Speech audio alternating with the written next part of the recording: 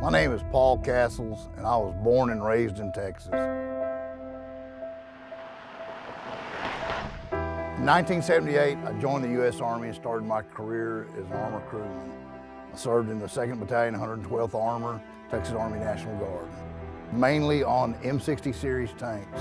Every position, driver, loader, gunner, and tank commander, in addition to being a tank platoon sergeant. I enjoyed my time as a Cold War warrior. Cold War warriors kind of overlooked.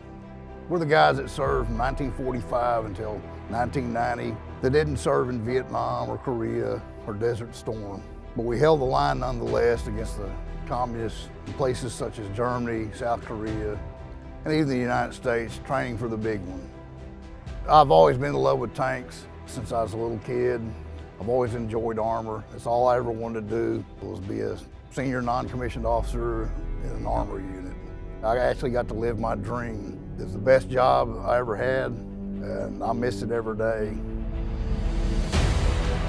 After I got out of the Army, I was fortunate enough to volunteer at the Texas Military Forces Museum in Austin, and we maintained and restored all the military vehicles for the museum. Once again, I got to crew the M60. I loved driving the M60. It was a lot of power, it was a lot of fun to drive, it was very simple to drive. I did that for 10 years and really enjoyed my time doing that. As much as I love armor, I've never owned a piece of armor, and I can remember as a small boy telling my classmates that someday I was going to own a piece of armor, but never been able to own one. But today that all changes. Connor, good to see you, buddy. Good to see you again. Jamie, Sir. Good to see you, buddy. Your 1963 Ferret Mark I-II non-rotating cupola. I think it's great. I'm excited. This is a very unique Ferret. It's not a Mark I, it's not a Mark II, it's a Mark I-II. It's similar to the Mark I, but fitted with a fixed turret and a hinged roof door. The difference in this is it had more armored plate than the earlier Mark I Ferret, 6 to 16 millimeters. It has a non-rotating cupola that was put on top for a little bit more protection. It has a crew of 3. The armament early on was a Bren. Talked to any ex-servicemen that rode or serviced one of these, and they loved it. Paul's Ferret arrived this morning, and even though it was 20 degrees, one of the coldest days in Texas, and it hadn't ran for a while, it had been in storage. But we got it fired up and got it up the driveway. Hit it.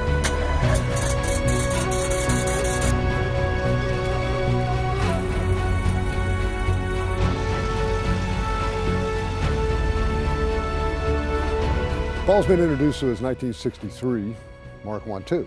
Now it's up to us to deliver the vehicle drivable, serviced, and checked. So basically we're starting at one end and work our way to the other. Brake checks, make sure everything works on that. Transmission band check, all the fluids will be checked. Mainly the vehicle needs to be ran a little bit, and then we can ascertain the leaks, which it will leak. But the whole idea of this is turn over a maintained vehicle that's drivable from day one. The other thing we'll do is to teach Paul how to drive it, also how to maintain this vehicle so it stays in top running form. And the main thing is maintenance, maintenance, maintenance. For every hour you drive this vehicle, you need to service it for 2 hours.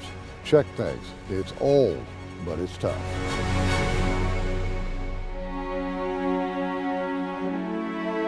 I've always enjoyed military history. During my time in service, I always carried a copy of Robert Crisp's Brazen Chariots. It's a story of a British armor officer in the Western Desert during Operation Crusader. My copy is so worn out that I finally retired it and ordered a new copy. My family originally comes from Northern Ireland, County Down. So I've always had a passion about anything Irish military units during the war between the states, both North and South.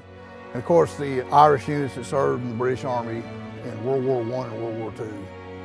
Particular attention to the 36th Division, the Ulster Division, World War I at the Somme, and in particular the units in the 4th Armored Brigade during Operation Crusader, which is the 3rd Royal Tank Regiment, 5th Royal Tank Regiment, and the 8th Irish Hussars.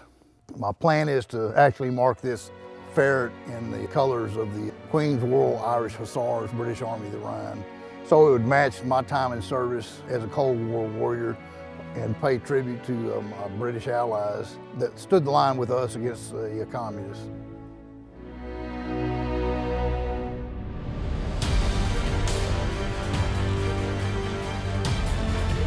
Out of all the Ferrets I've dealt with, I actually like this one the best. It's got the non-rotating cupola, so it looks a lot different. I mean, the basic chassis is the same, but when you got the cupola on top, it looks pretty good. Paul's gonna have a lot of fun with this vehicle. The Ferrets are great to drive. They're small enough, not like the Saladins, a little bit menacing, and you can put it in your own garage. So I think he's gonna be happy, and I know he's looking forward to getting it on the road. The thought of me being able to drive a piece of history down the road, 2 old Cold Warriors, 1 American, 1 British, for me to be able to preserve that for however much longer I have on this earth is going to be very important for me.